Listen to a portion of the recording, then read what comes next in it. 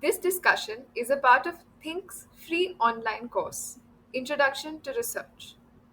In each chapter of the book that has been produced for this course, there is a section towards the end of the chapter called the Research Gym. The questions in this Research Gym section are designed to help learners practice thinking like a researcher. Let's look at this section from chapter 2. Okay, so the question has to do with what is called mathophobia, that is mathematical anxiety, also known as math phobia. And this has to do with the anxiety that a huge number of people have about their own ability to do mathematics. And this comes in children in school and so on. So, within that context, what we are asking is there are three possible hypotheses about why this happens, why it is so widespread, the anxiety is so widespread. And the three hypotheses, possible hypotheses, there might be others, but the ones we're looking at are one, the reason is the learner's impression that they lack the capacity for mathematical thinking. Okay, so we need to ask if that is a legitimate impression. The second hypothesis is that the anxiety or mathophobia is because of poor quality teaching of mathematics in schools. Okay, given the culture of education where the idea is that you need to have the correct answers. If you don't have the correct answer, how does the teacher respond to you, to the learner? Is it something that causes pain or fear or boredom? Right. So this has to do with teaching. The third possibility is that the curricula. Do the math curricula, textbooks, classrooms, and so on, what kind of math? Is that real math? Or is it something that looks like math? For example, is it a lot of calculation, just calculation, and not mathematical thinking, which can actually be quite joyful? So these are three possible hypotheses we had given in the question. And what we expected from you was what are your thoughts on these hypotheses? And are they true, first of all? Are these three hypotheses legitimate? It is possible that all three are legitimate, they are a combination of causes. Or it could be that two of them are legitimate, one is not. Or one of them is legitimate and the other two are not. Or all three are wrong. These are all the possibilities, and your task was to consider these and think through them. Also, they were supposed to think of some kind of research proposal to investigate each of these hypotheses, right? That was a task we had given them. Right. So that actually means doing 3 different research projects. To test whether, for each of these hypotheses, whether that is a causal factor or not. And it might be useful to identify the proposed causes and the proposed effects. Right? The word mathophobia means fear of mathematics. But there is also another aspect, namely hatred of mathematics. Is there a correlation between the two?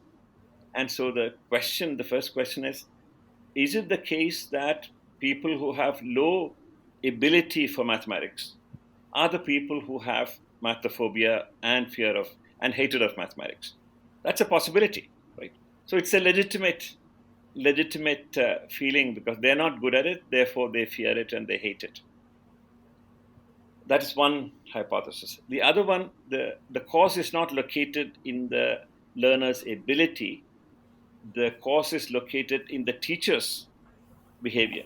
So then maybe the teacher humiliates them, insults them, punishes them, whatever. And the hatred of the teacher or the fear of the teacher transfers to the subject. And the third is it's neither of those. It's well, we don't have to say it is neither. It could be a combination. That the cause is the design of the math curriculum, where what is given as math is really not serious mathematical thinking, but mechanical mathematical calculations and so on. What is taught as math is not real math. So people dislike it. They don't find meaningfulness in it.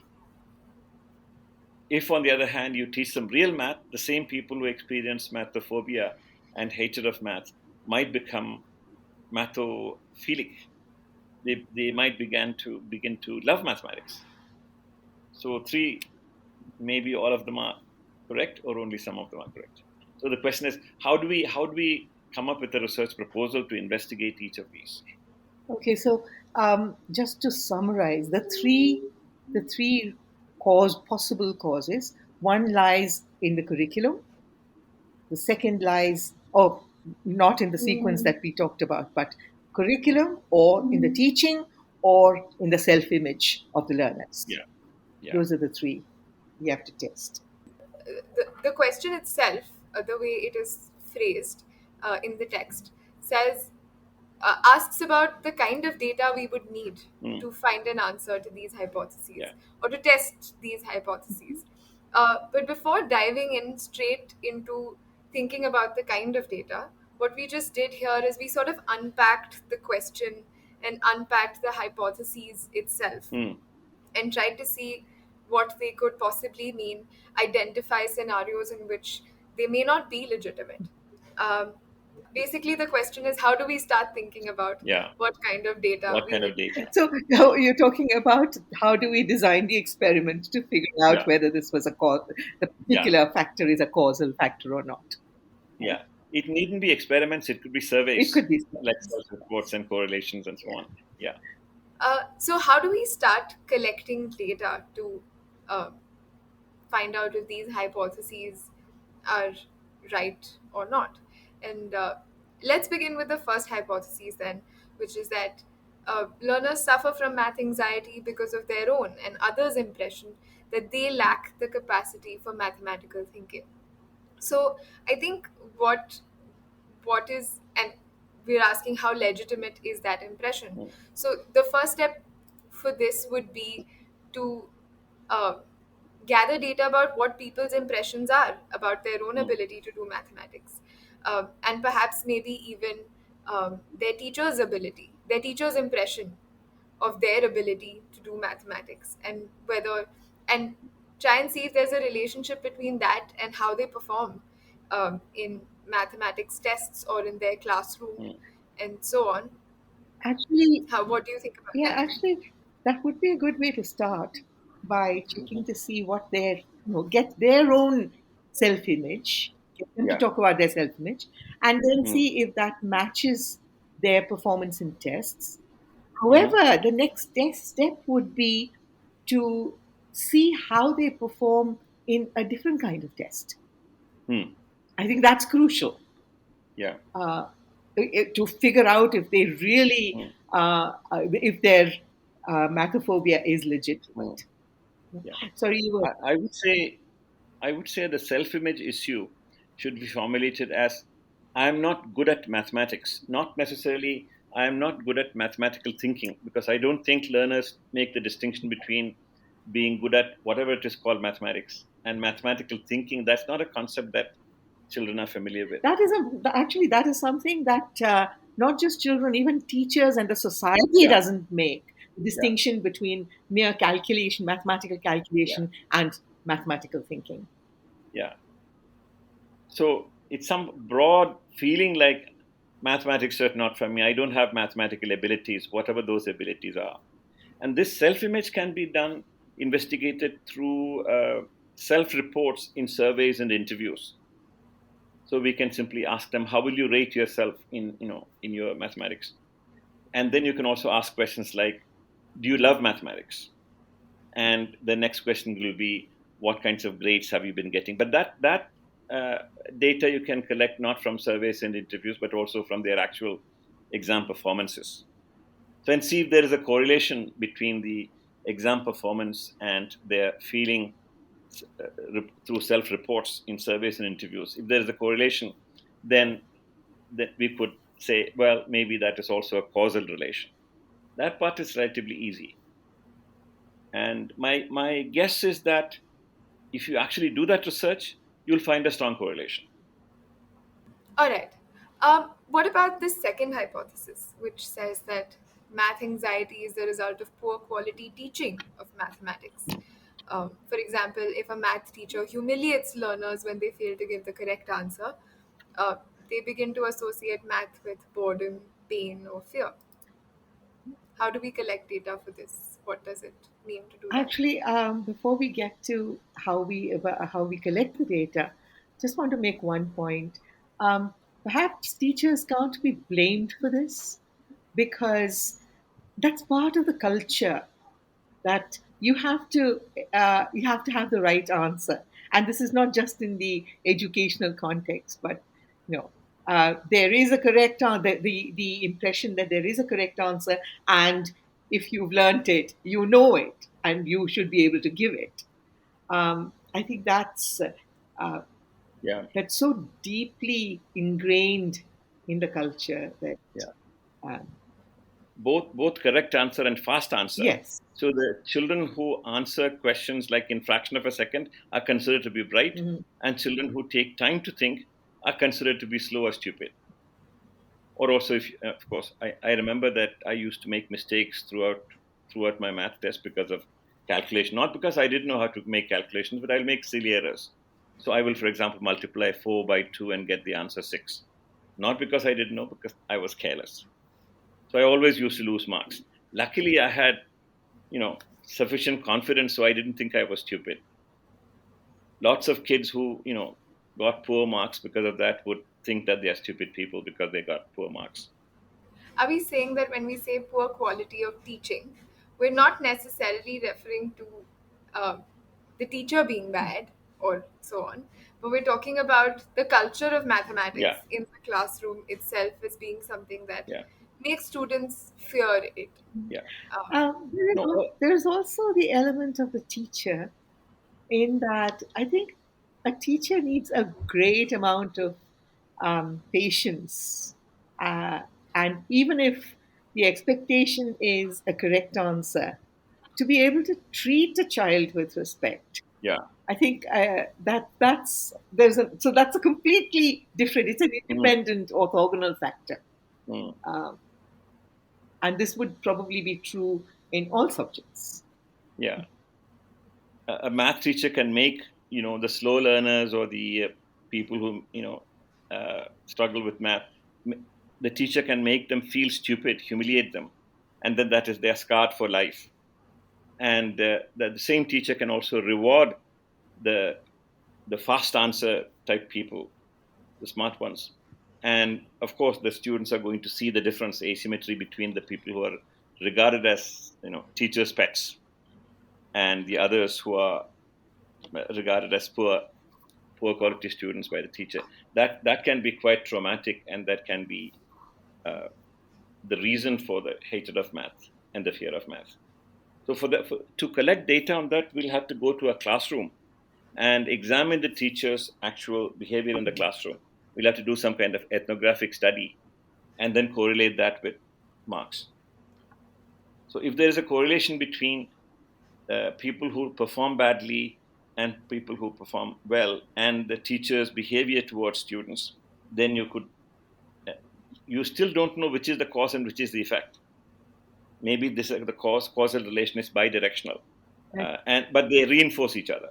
Well, it becomes a causal chain Yeah, in time. So yeah. all right. Uh, I think that brings us to the third hypothesis, which is that the anxiety is not about real mathematics, which can actually be quite joyful, but about what is taught as math Hmm. in textbooks and classrooms. Mm. You said something about mathematical thinking when we were talking about um, the first hypothesis. Is that related to the curriculum in any yes, way? yes, directly Yeah. related because and this is not just this is not just mathematics, but all curricula where the emphasis is on the knowledge content, and a lot of it has to do with memorizing and repeating what you've learned in exams and so on. Um, so this is where you can't. It's very hard to do that, memorize and repeat what you've learned when it comes to mathematical thinking. What you can do is quick calculations and so on. Yeah. And that distinction is A, the distinction is not made. B, mathematical thinking doesn't come into the curriculum at all. Yeah. So One of the reasons is that in primary school, the so-called mathematics is equated with arithmetic skills, calculation skills, and the use of, in fact, people don't even know the concept of number. They have the things which are written, numerals and digits, and then quick calculations. That is what people think of as mathematics, number. They don't think of, for example, geometric imagination. This is not part of the primary school curriculum. So people go with fear of arithmetic calculations, but they have no exposure to mathematical thinking. In secondary school, what happens is they learn algebra and they think of algebraic symbol manipulation as mathematics. Again, calculation. So math is equated with high-speed calculation, but there is no thinking nowhere. If something requires, for example, 2 days of thinking, do you have any math problems of that kind in any of the classrooms? No. And thinking that does not require calculation, again, that is not part of the math curriculum.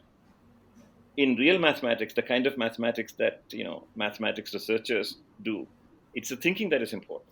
and it's often forgotten, not forgotten. No, I think the awareness is not there that mathematical thinking involves a lot of imagination. This takes us back to the learner's self-image.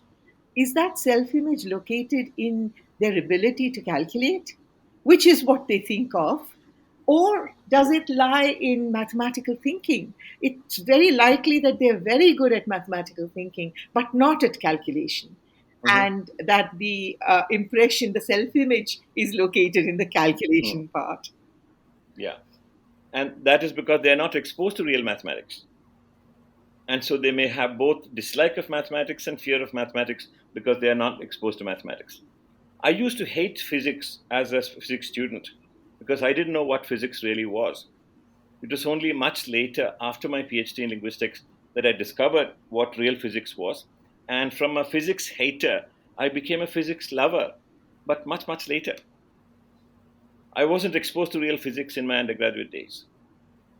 The same thing I think I would say in mathematics. I wasn't exposed to real mathematics during my undergraduate days.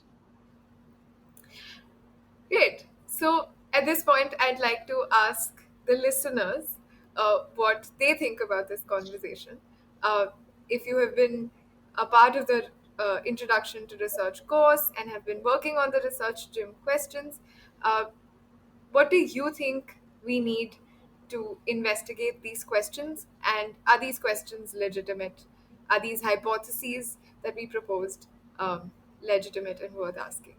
I think the last one, they have to think about data collection procedures, experiments and non-experiments and so on. We haven't said anything about that.